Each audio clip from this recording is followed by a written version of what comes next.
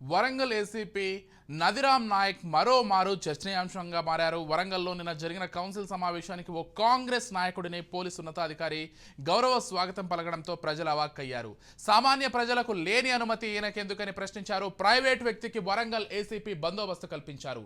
ACP వ్యవహారంపై సామాన్యులు అసహనం వ్యక్తం చేశారు. అధికారం ఉంటే క్రమశిక్షణ చర్యలు ఉండవా అంటున్న ప్రజలు ఆగ్రహం వ్యక్తం చేస్తున్నారు. దాన్ని తీసుకుని